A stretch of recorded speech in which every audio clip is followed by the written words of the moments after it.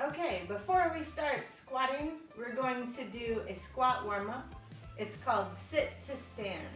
And basically you're just going down into the bottom of your squat. I'm going to have a heavy item to counterbalance me. And you can hold really anything around your house. I happen to have a dumbbell, and so I'm gonna use that. So here we go. I'm gonna take my feet, toes are pointed out wider than hip width. I'm gonna go at an angle so you can see me. I'm gonna go down, put my elbows between my knees, and then just let my hips sink. I'm gonna let my counterbalance weight keep me from falling back. If I don't have this weight here, it's really hard for me to get a long spine. Things that we're looking for here is that your heels are on the floor. If your heels are not on the floor, you might need to take a wider step apart with your feet, and so definitely have a heavy enough thing to counterbalance you. If I don't have a heavy enough weight, I fall and it's awkward. So we're sitting here, and I'm gonna try and keep my body long. I'm gonna press into my heels, squeeze my glutes to shoot me up, stand. Take a breath, and lower straight down, hips shoot toward the heels. When you get down into your low squat, you can play with shifting your weight forward and back, side to side a little bit, just to see like, oh, maybe this is a little more comfortable back here, or maybe I feel a little pressure in my knee if I go here, so I'm gonna change it.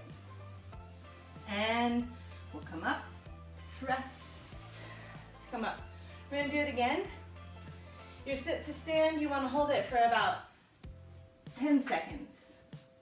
When you first start out, if you're rounded in the back, that's okay. We're just gonna try and find some length by reaching up and opening the shoulders. Breathing a lot, really opening from the bottom. And stand, straight up. Good. I'm gonna put away my weight, and we will try some air squats.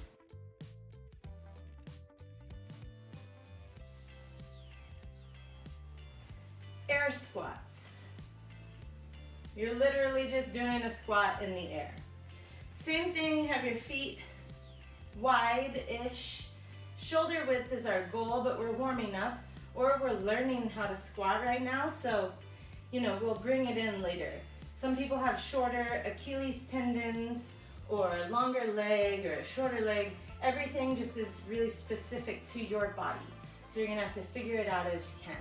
So as we go to squat, we're gonna go down, knees are out over the toes. We're gonna touch our elbow to our knee and come up. From the side, I'm gonna send my hips straight down between my heels, elbows touch my knees, and back up. So I'm squatting, my body is long right here, my back is flat when my elbows touch. I come up. I'm being conscientious of my abdominals, squeezing in and breathing. So inhale, squeeze, and exhale. Inhale and exhale. We'll do 10 of these as a warm-up. I'm not counting. This feels like 6, 7, inhale, exhale, inhale. Push it up. You can take it down slow and then push it right up to get a little ballistic action. So if you're gonna be doing squats for a first time, I suggest doing 10, resting, doing 10 more, resting, 10 more, rest, and repeat that a few times a day, every day, until that feels a little better. Always start with sit to stand, and then move to air squat.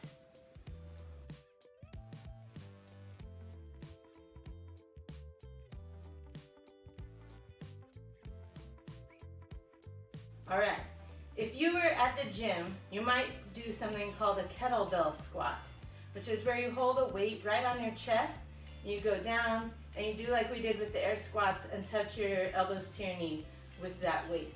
With the added weight, what that's gonna show you is whether or not you're leaning forward, because you need that weight to go straight down between your feet and straight back up. So I'm going to show you a few items that you can squat with around your house. A local rock, a potted plant, a jug of laundry detergent, a messenger bag with everything from your desk,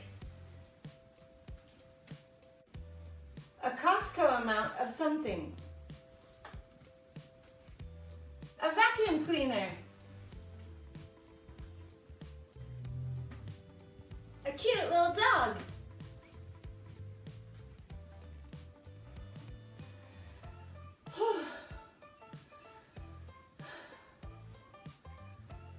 I'm really hungry.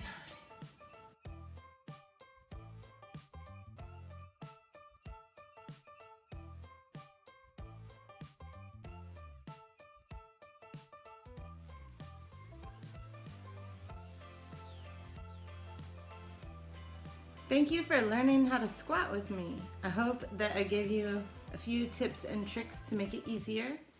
I know it took me a few months to really get to where I could squat and feel comfortable.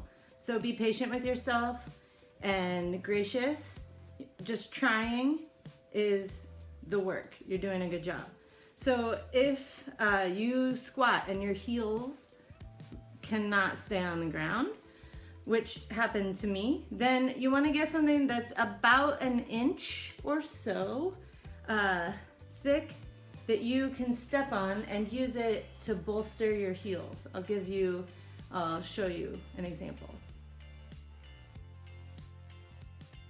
Ideas for bolsters that I have lying around the house. I have a 1x4 piece of wood that is wide enough for my heels, and I'll show it to you.